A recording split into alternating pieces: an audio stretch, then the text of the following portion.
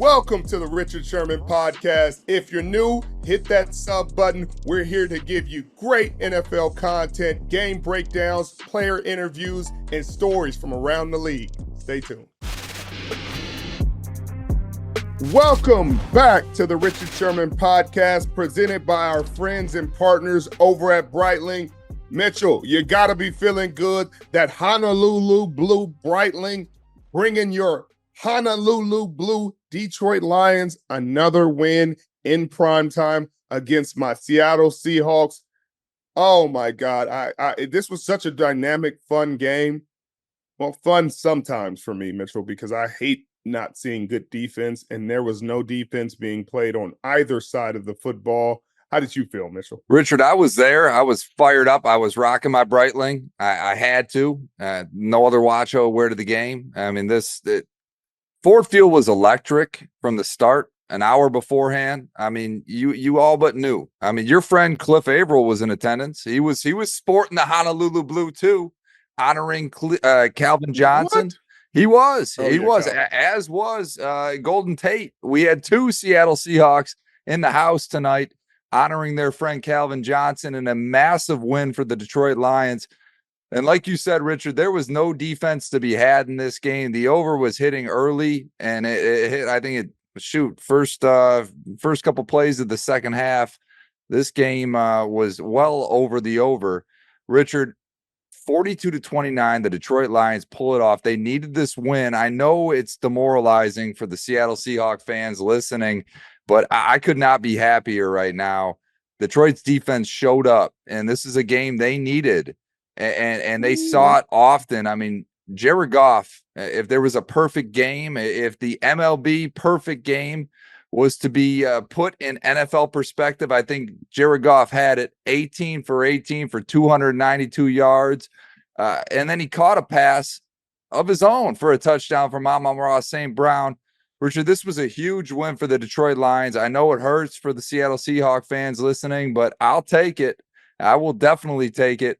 Richard, what did you think here? Because I could not be more ecstatic at the outcome. Well, hold your horses there, Mitchell, before you sit there and say your Detroit Lions played good defensively, because they did not. They didn't. I will admit.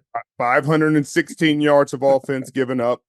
Geno Smith threw for 395 yards, so let's not get crazy here. No. They played phenomenally offensively. Jared Goff, one of the best games of his career. He's played better where he's probably thrown for more yards or more touchdowns. But to go 18-18, 292 yards, 2 touchdowns, really looked in command, under control.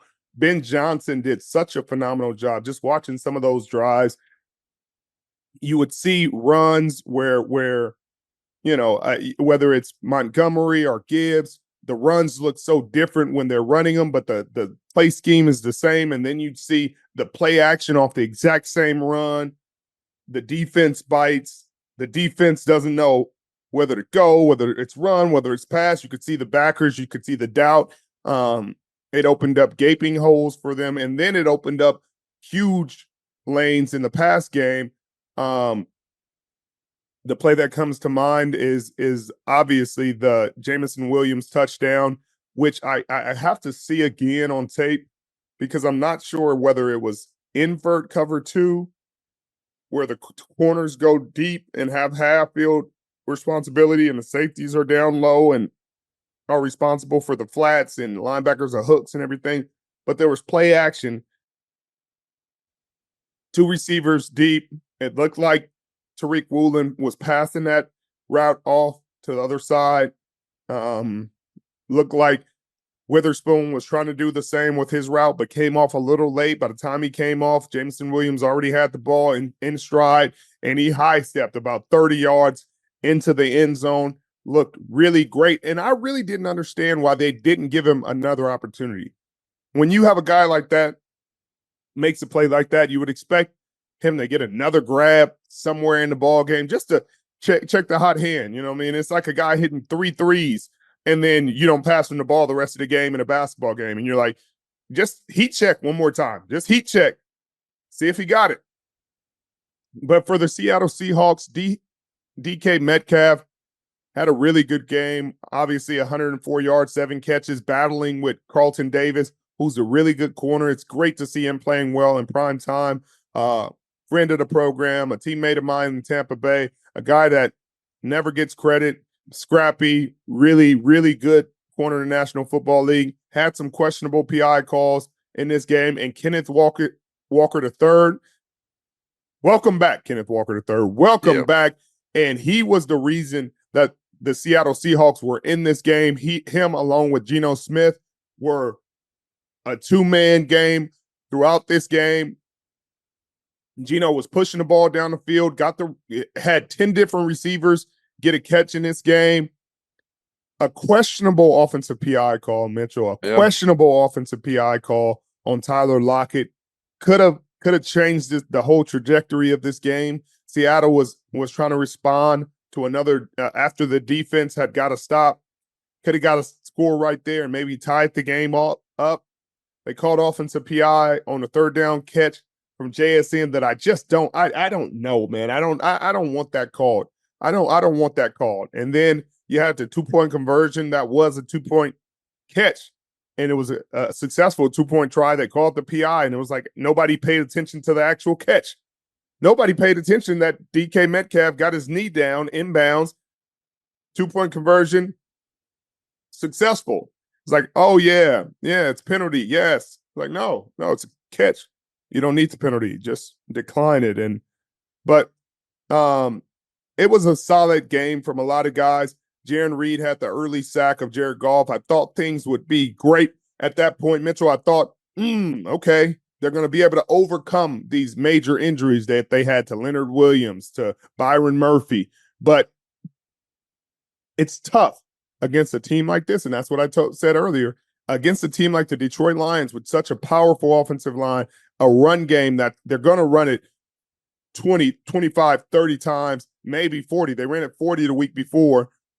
You got to have your hogs up front healthy and ready to go to rotate. I think Jaron Reed battled. I think the defensive line battled. I just think they didn't have enough guys, enough bodies to really withstand that kind of rushing attack. And I think if Leonard Williams plays and Byron Murphy plays, it's an entirely different game. I don't think this is a discouraging loss by any sense for the Seattle Seahawks, especially offensively.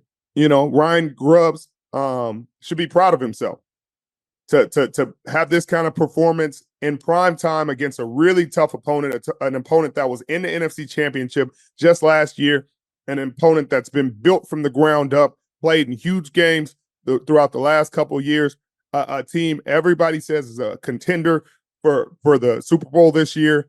I thought this was a great showing by the Seattle offense, especially, balancing the run attack, the rushing attack with the passing attack. Geno Smith, the most yards in his career, just looked in command the entire game. But that offensive line, man, that offensive line for the Seattle Seahawks has to get it together. Obviously, they're going with their third string right tackle after 2 injury. Well, Lucas isn't back, who's their starter. Fant got injured, and so they're going with Forsythe.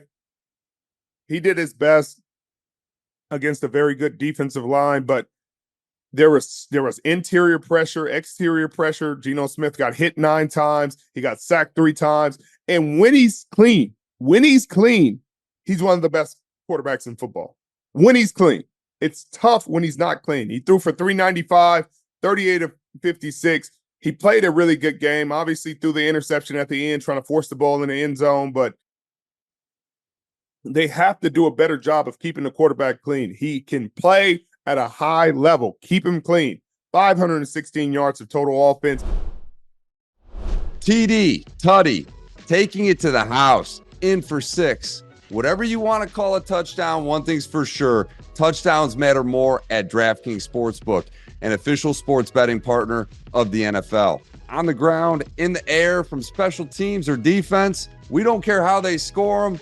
We just want to bet on touchdowns.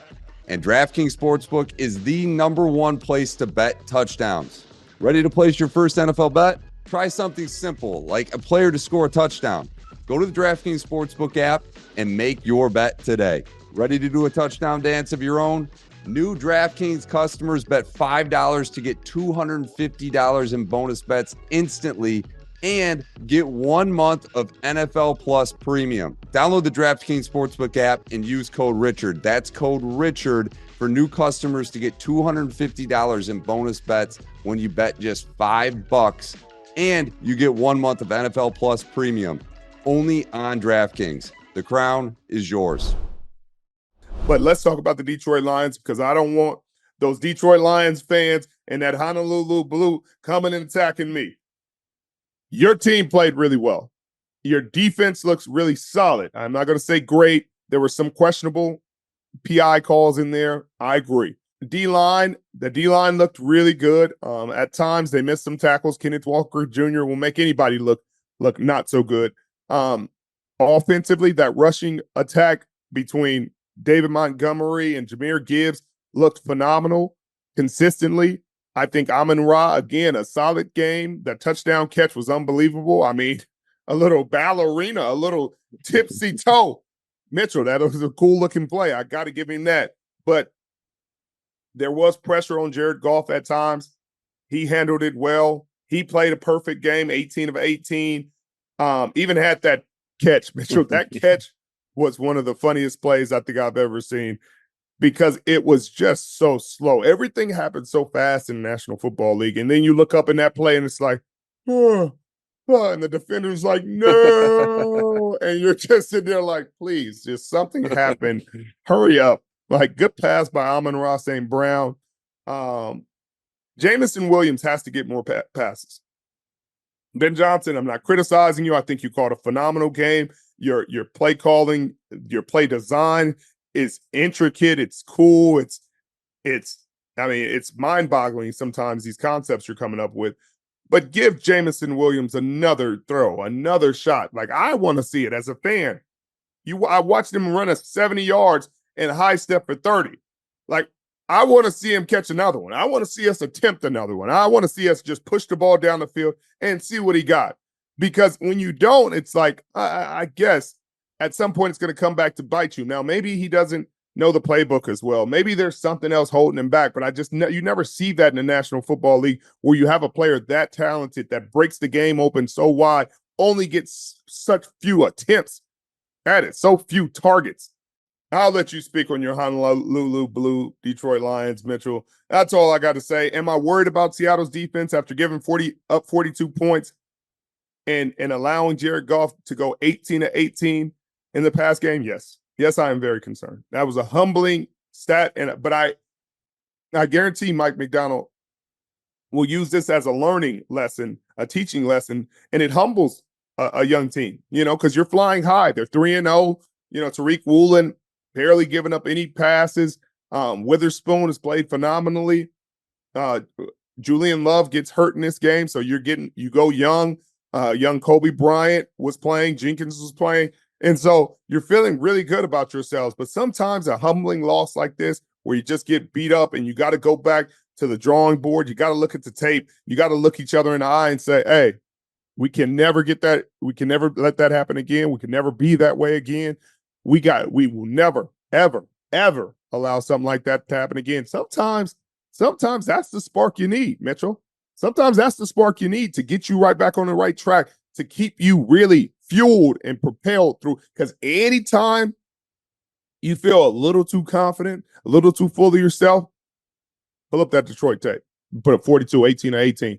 Or you just say Jared Goff. It's like, oh, Jared Goff. He one of them.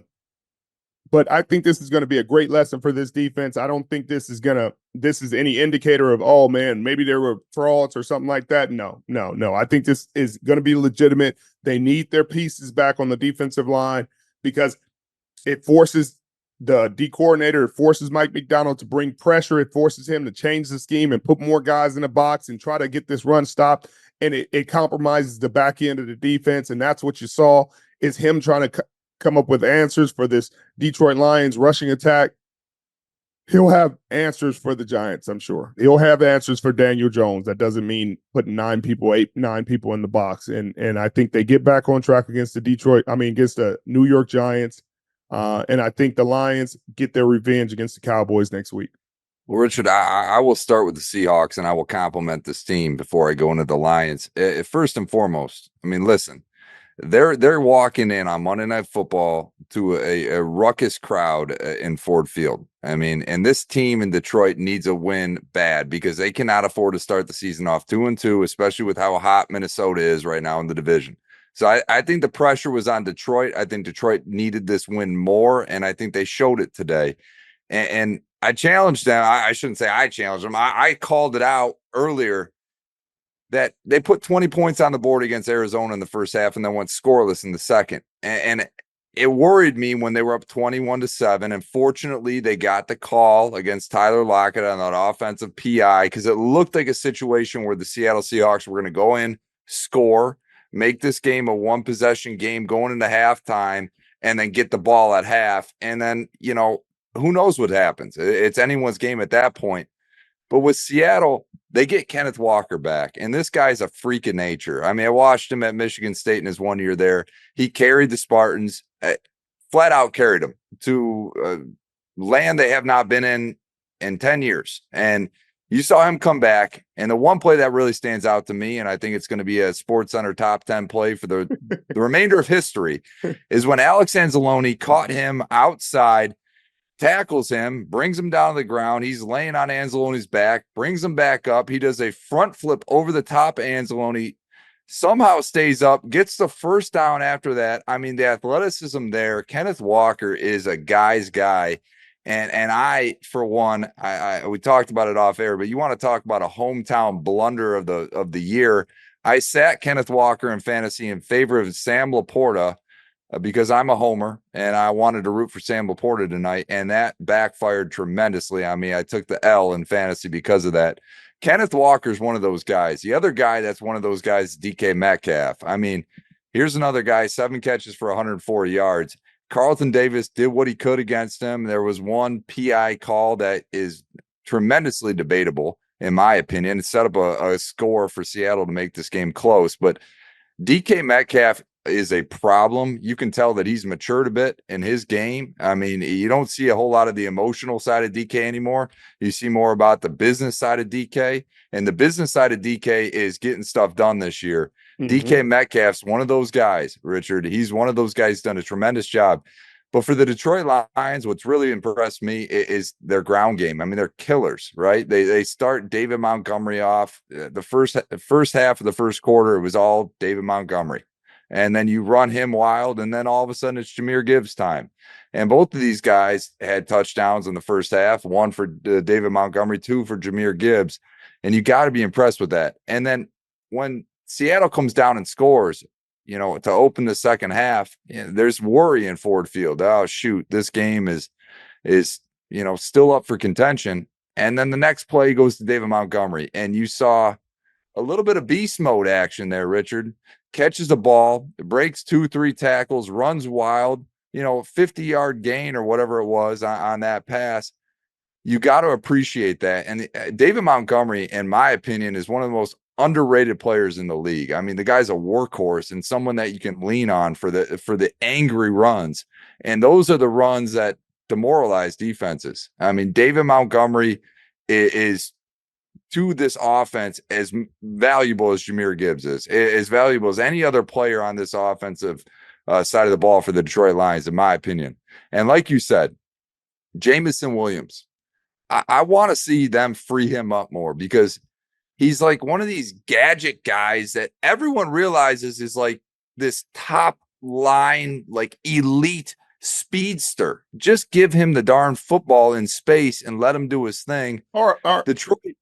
Go ahead, Rich. I mean, or trade him to Kansas City and let me see him be used the way like that. If you're not going to just throw him bombs, then let me see him somewhere. Or trade him to Buffalo. Buffalo's going to try it. Exactly. I mean, this team in Detroit, they needed a win like this. They got everyone involved offensively. They did not take their foot off the gas all game, and you saw it. Like I said, Detroit needed this win more, and I think we saw it tonight on Monday Night Football. I leave very happy going into the bye week for the Lions. They're going on the road against the Cowboys here in 2 weeks, and that's going to be a huge game. they too were battling injuries. Frank Ragnow was out. They had to shuffle the O-line around. That is a huge loss. I mean, they had to move Grant Glasgow to center. They had to bring in Awasika. The last time we saw him was in the NFC Championship game. Right. He held his own today, and you got to give the Lions credit.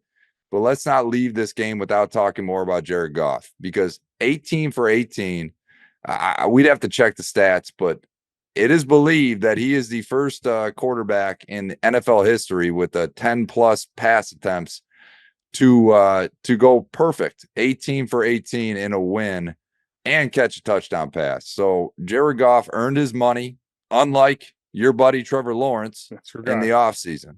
I had to drop it there. I had to drop it there. He's dropping it. They're dropping a lot of games. With so many tools and tabs and never enough time, growing a business can feel pretty overwhelming. You end up spending more time organizing documents and data than actually connecting with prospects and customers. That's where HubSpot steps in. It's the all-in-one customer platform for growing better. With HubSpot, marketers generate better leads, sales builds tighter relationships with customers, and closes more deals. And service supports your customers at scale with tools like HubSpot's AI chatbot and knowledge base, meaning your marketers, sales reps, and service teams actually have time to do what they're hired to do. And when they grow, the sky's the limit for your business too. Grow better, faster with HubSpot's all-in-one customer platform. Visit HubSpot.com to get started today. Let's move forward to our move backwards to the Sunday night game, Buffalo versus Baltimore. And we aren't going to spend a whole lot of time here because that game, they didn't spend a whole lot of time. At least Buffalo didn't in this regard. They got mollywopped in prime time. And it just seems like the Buffalo Bills hate seeing Derrick Henry come to town, because when he comes to town, all their DBs say, hey, let me make sure my affairs are in order. Let me make sure my family knows I love them, because we got Derrick Henry coming in and I don't know what's going to happen. You know, there was a viral clip, I'm not going to mention any names, of a stiff arm against a Buffalo Bills player the last time he was in prime time. He had 143 yards and 3 touchdowns.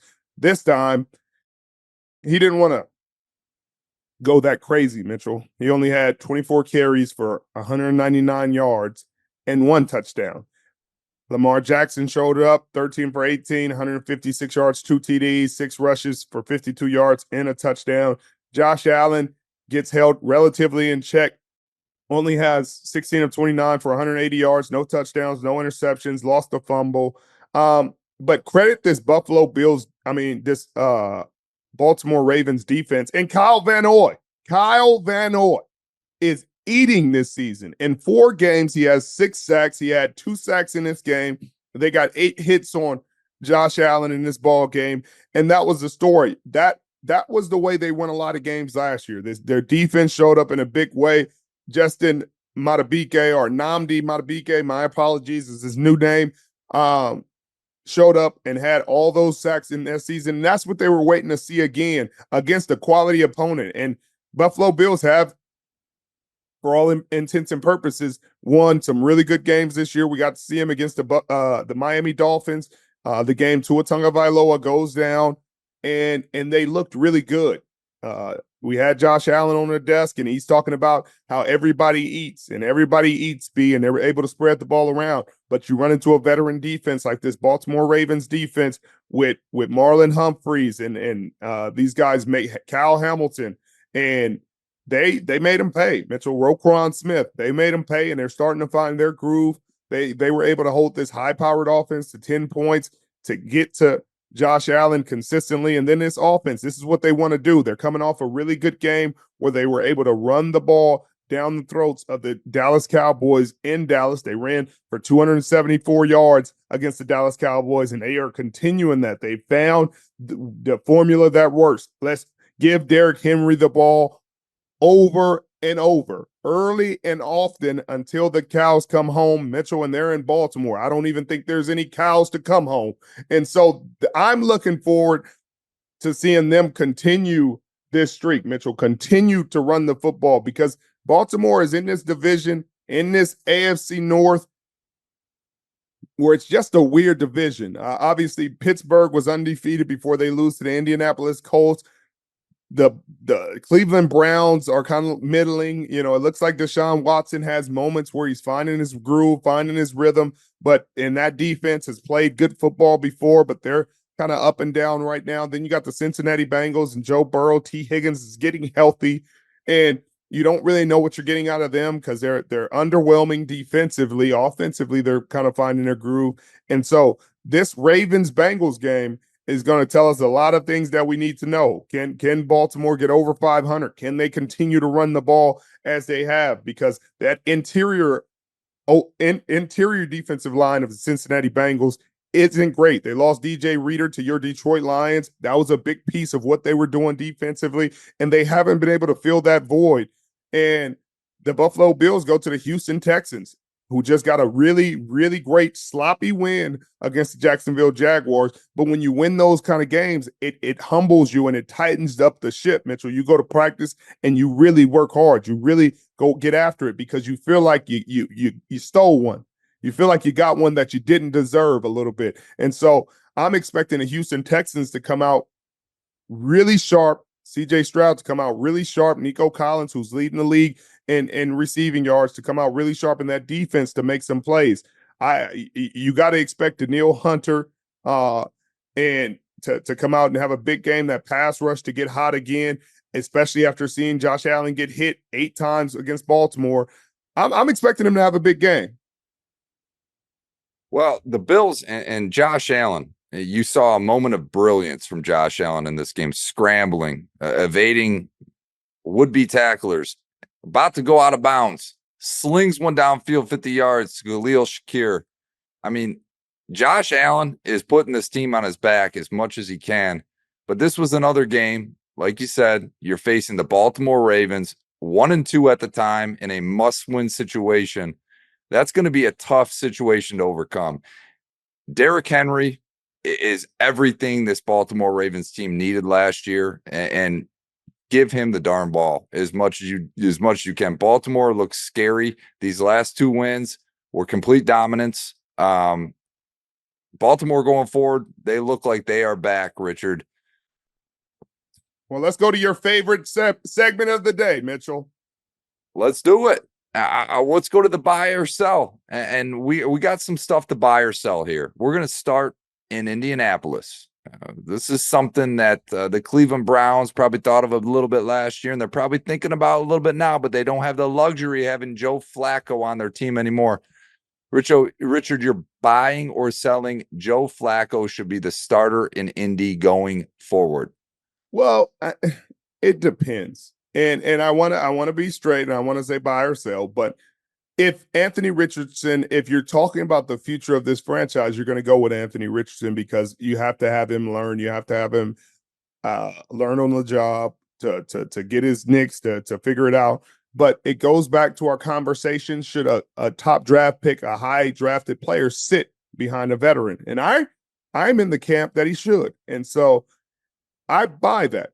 Joe Flacco is a more NFL ready quarterback right now, more ready to take the Indianapolis Colts and win games they should win. Now, is he going to astound with incredible 70-yard passes on the money to his best receiver? No, I don't think he is. He's going to get the ball where it's supposed to be. He's going to move the ball down the field. He's going to make adjustments. If he sees the coverage he wants to get, he's going to check out of certain things, get to the runs. He's going to run the game like an offensive coordinator expects the game to be run. He's from that old guard. He's from the old guard of quarterbacks before they start making everything RPO and Blues Clues. You know, everything is green eggs and ham right now, Mitchell. These offenses are simplified. They're third grade level math. And he's from the old guard where it used to be trigonometry and algebra and geometry. And so yes, he will be able to come in, and it's just like Andy Dalton. You look at it and you're like, why does this offense look so different in Carolina under Andy Dalton? Because he's from an older guard where they ran different things, where he had to learn, he had to understand, he had to figure it out. I think Anthony Richardson would benefit from sitting behind Joe Flacco and learning how to prepare, learning how to execute a game plan, learning what he sees, having those conversations, seeing how he adjusts within a game, because he came into the NFL and had to play right away. Obviously, he was injured last year and had to sit for a nice part of the season, but I don't know how much he learned, how much he was really absorbing. Obviously, when Joe Flacco came in, I'm sure the Pittsburgh Steelers was like, come on. Like, why? Let us have Anthony Richardson. Let us have the young quarterback who's going to make a few mistakes, hold the ball longer than he should. Not Joe Flacco, who's going to know where he's going with the ball, who's going to make good decisions. And so I'm buying that Joe Flacco is the right quarterback right now for the Indianapolis Colts, and they'll win some games that they probably wouldn't have won with Anthony Richardson right now in his youth. I agree with you, Richard. I mean, the proof's in the pudding. He's getting his young players more involved. Josh Downs had a breakout game. Joe Flacco's proven himself to be that guy these last 2 seasons. I think Indy's got to ride the hot hand. Moving on to the next one, the Philadelphia Eagles facing a lot of injuries right now. Fresh off a loss out of Tampa Bay, the Eagles will miss the playoffs, buy or sell. Oh, Mitchell. That is a tough one. Huh. Don't be recency bias. Don't have recency bias. Sell, Mitchell. I'm gonna sell that. They do not look good right now. The Philadelphia Eagles do not look good offensively. That offensive line that's been a foundational staple for them over the last few years does not look good. Lane Johnson's banged up. You don't have Jason Kelce anymore. So now that even the tush push doesn't look as consistent as it used to. Saquon Barkley is a bright spot on that team. He single-handedly took over the New Orleans Saints game, and I think he won that game. Obviously, Jalen Hurts threw for a lot of yards, but without A.J. Brown and Devontae Smith, they're going to struggle through these next couple games. These games will be really important, but they have to weather the storm. They have to go at least 500 in these games until their top receivers come back. But once they come back, I think they'll be fine. Their defense, on the other hand, they have to find answers. Baker Mayfield threw for 347 the other day, moved the ball up and down the field. They were able to run the ball with some success, and that D-line that's been an incredible strength for them, at least a couple of years ago. I mean, a couple of years ago, they were talking about setting records with the amount of sacks they had, and you're just not seeing that kind of production. Obviously, Hassan Reddick's gone. You know, they've lost some pieces, but Javon Hargrave is in San Francisco. But you expect him to have some semblance of that kind of production. Again, Vic Fangio is their new D coordinator. You know, maybe there's still an adjustment period to that defense and that scheme. I don't know, but I don't think they're going to they're too talented to miss the playoffs. If they miss the playoffs, there's going to be some difficult conversations, and I don't know if it's a hot seat or people are getting moved, but they switched coordinators last year. You know, I don't think they switch them again. Well, they're dealing with a lot of injuries. We shall see how they return. A.J. Brown coming back at some point here is going to boost that offense, and it's probably going to provide them a little bit more stability. But right now, not looking too good. Moving on to the next topic, the Buffalo Bills. They looked good. They exceeded expectations the first 3 weeks, and then they go on the road in a tough environment against a great opponent in the Baltimore Ravens and take a massive L. Richard, the Bills are pretenders, buy or sell. I'm selling that. I think the Bills are contenders. I think they just had a rough game. They ran into a buzzsaw on a good day, and they struggled. They ran into a really good defense that understood, you know, how to play them, how to contain them. They didn't get a ton of opportunities, obviously, with the way Baltimore's running the football. They controlled the clock. So I think they get back on track this week versus well, I mean, that'll be the tale. I apologize. This week will show me a lot. I think they're contenders, but a loss to the Houston Texans may waver depending on how the game goes. If they get beat in a dominant fashion, then that's tough. But I'm not about to have Bills Mafia come after me calling their team a pretender after I had to sit there on Thursday Night Football and watch them dismantle the Miami Dolphins. So this team has a lot of young talent, a lot of young guys stepping up, playing at a high level. They're beat up. They have some of their best players on IR. Von Miller is starting to play like he's used to playing, but they have some injuries, especially on the defensive side of the ball. They lost a ton of leadership on the defensive side of the ball. So for them to start 3-1 right now in this season, I think everybody counts that as a win, as a great season, as a great start. With all things considered, they lost, I think, 6 captains last year, 5 or 6 captains to either free agency or they're injured. And so for them to have this kind of start, I think they're good. They're fine. They are not pretenders. Josh Allen's here to stay. Josh Allen's legitimate. It's just a rough game. Outside of the Minnesota Vikings, probably one of the most surprising teams in the league thus far has been the Washington Commanders. Richard, the Washington Commanders will win the NFC East. Buy or sell? Buy. I'm buying. I'm buying what they're selling, Mitchell. They are a fun team to watch. They aren't perfect, but even when you listen to the offensive line talk, they're like, hey, this is the most fun I've had playing football. When you hear an offensive line talk about like that, they're having a good time. And the pride they're taking in protecting their quarterback. I just hope the Seattle Seahawks are at one point have that much fun protecting Geno Smith, because he would appreciate that. But Jayden Daniels has been the most accurate quarterback through 4 games in NFL history. No quarterback has had a better completion percentage through 4 games in NFL history. Not rookie quarterback, not in this decade, like in the history of the National Football League. And that means something. It's not the end all beat all. One of his incompletions was an interception, an overthrown pass, but he's taking care of the ball. He's distributing the ball to a number of receivers. Brian Robinson is running the ball well. They're balanced defensively. They're doing enough. They got the great leadership. Zach Ertz offensively is having an impact against a stabilizing force, a safety net in that offense. Defensively, Bobby Wagner is doing a good job leading that team, leading that defense, being a stabilizing veteran Hall of Fame presence, making sure they don't get too high and don't go get too low. And they're finding a way to win these games. They did a great job, scored 42 points on the offensive side of the ball and held their opponents under 15 points that game. If they can continue to play like that, especially when the other teams in their division, the Dallas Cowboys, do not look as good as they have in the past. The offensive line is a big-time question mark.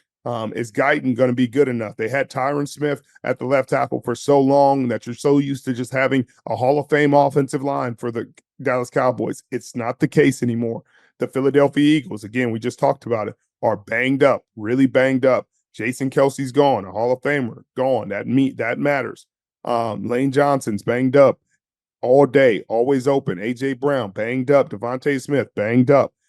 When that's happening, this is the perfect opportunity and the perfect storm for the Washington Commanders to make a move and to win, to squeak out a win in this division. And they have a really good head coach in Dan Quinn.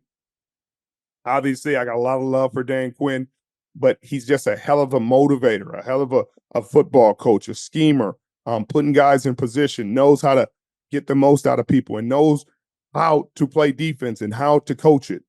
Offensively, they have a great scheme. They have the perfect scheme for their quarterback. That's why he's having the success he's having. So I'm buying that. Washington Commanders winning the NFC East, I'm on board. Well, anytime you can go back-to-back on the road and frankly lay the smackdown to the Arizona Cardinals and then beat up on the Cincinnati Bengals that desperately needed a win, it's got to be eye-opening for the league. And just a reminder, that was only Jayden Daniels' fourth game in the NFL. So it's safe to assume he's only going to get more comfortable. And sky's the limit for the Washington Commanders. Last but not least, Richard, and this one's a selfish one. The Detroit Lions will make an appearance in Richard Sherman's top 5 power ranks. Buy or sell? Oh, Mitchell. Oh, you're putting so much pressure on me. There's a lot of pressure on this one, Richard. I'm going to pressure you to name your top 5 right now, my friend. Oh, what a guy. Well, Mitchell, I'm happy to start this off the same way I started it off last week because those first two do not change. The Kansas City Chiefs are 1. They've earned that spot. They still deserve to be there. The Minnesota Vikings got a scare at the end, went up 28 points, then, gave up 21 unanswered.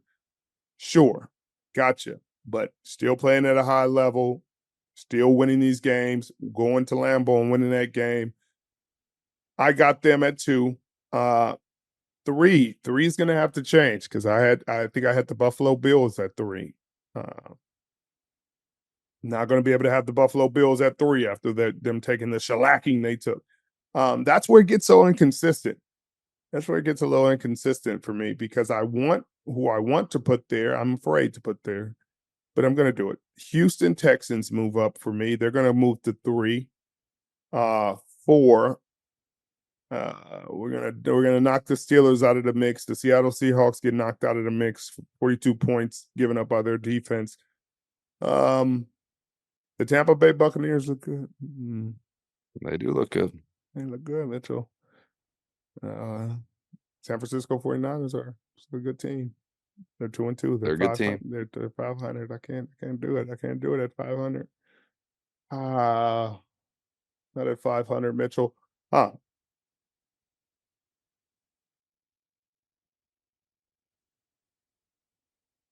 I'll give Detroit. I'm going to go Detroit at 4. They played too good of a game this week. Okay. They look too complete. Tampa Bay Buccaneers go 5. Well, who's going 3? You got the Houston Texans at 3. Yeah. The Lions at 4. Okay. I can accept that, Richard. I'll take that. I'll take that as a win. So that is a bye. Begrudgingly. That is a bye. That is a huge buy, and I will gladly take that. Richard, we got to preview a little bit. You're going to be in Atlanta, hot Atlanta, this Thursday. Thursday Night Football. I mean, this is a big game here. NFC South, big game. This division is somewhat surprised us a bit. The Buccaneers are off the hot start. The Bucs go to Atlanta. Who do you like in this game? I mean, what are you thinking going into Atlanta? Because this is going to be a good matchup. Well, we're going to be on Prime Video at 7 p.m. Eastern, the best party in football, TNF tonight. We'll see you there. The Tampa Bay Buccaneers are a little Jekyll and Hyde at times, but when they're at their best, Mitchell, they're a fun team to watch, a fun team to cover. Obviously, we could talk about Baker Mayfield going for 347 last week, but Mike Evans, for the history of time, is going to have 1,000 yards. And he's off to another fun, fast start. Chris Godwin, another all-pro receiver, is doing good. They got a good running game, 2 good backs that they really trust running the football. And then Vita Vea in the middle of that defense looks healthy and raring to go. Levante David had a couple sacks last week, 1 sack, forced fumble. They look good. They got my boy Jordan Whitehead back into the fold. They got him back from the New York Jets. And now he's back with Antoine Winfield Jr. in that secondary.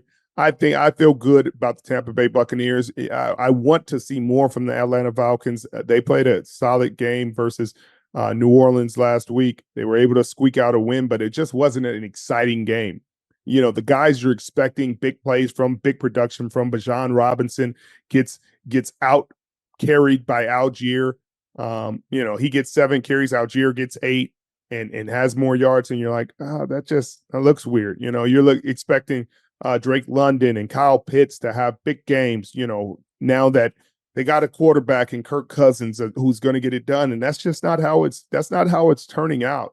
And defensively, Atlanta's not getting to the quarterback. I thought Matthew Judon would get to the quarterback a little bit more. I thought they would be able to put more pressure on the quarterbacks, and they just haven't been able to do that. So,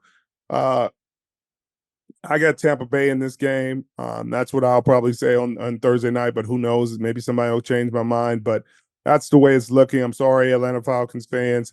I know we coming to the A, but they gotta show me something. Make me a believer. Yeah, I want Kirko to make me a believer because I believe in Kirko. He just hasn't looked the same as the Kirko that I've known for the past years. A guy who really wheels and deals, surgical in the pass game. And I thought he would elevate these receivers, especially Kyle Pitts and Drake London, a little more than he has. Give him more opportunities down the field, push the ball down the field a little more. I thought this offense would be a little bit more explosive than it has been, and I hope that changes. Well, that's this week's TNF preview presented by Prime Video. And be sure to watch the Buccaneers take on the Falcons this Thursday. Richard will be in the A with your whole crew. I know you're excited, Richard. It's going to be, frankly, this is a matchup I'm looking forward to because the Bucs, Falcons, like you said, Falcons have got a lot to prove being 2-2 right now. And the Buccaneers are one of the hotter teams in the league right now at 3-1. So we shall see. But this officially concludes week 4. It's been a fun run. First quarter of the season is I guess, done for the most part, right? And Richard, I will let you sign us off, my friend. Like you said, the first quarter of the season is done. It's been chaotic. It's been fun.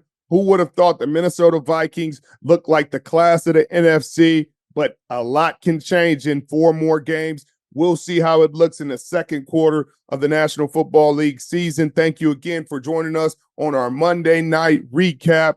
You could be anywhere in the world, but you're here with us. We love you to death. Stay safe. Give your loved ones, give your loved ones hugs and kisses. Enjoy your day. Enjoy your night. I'm out.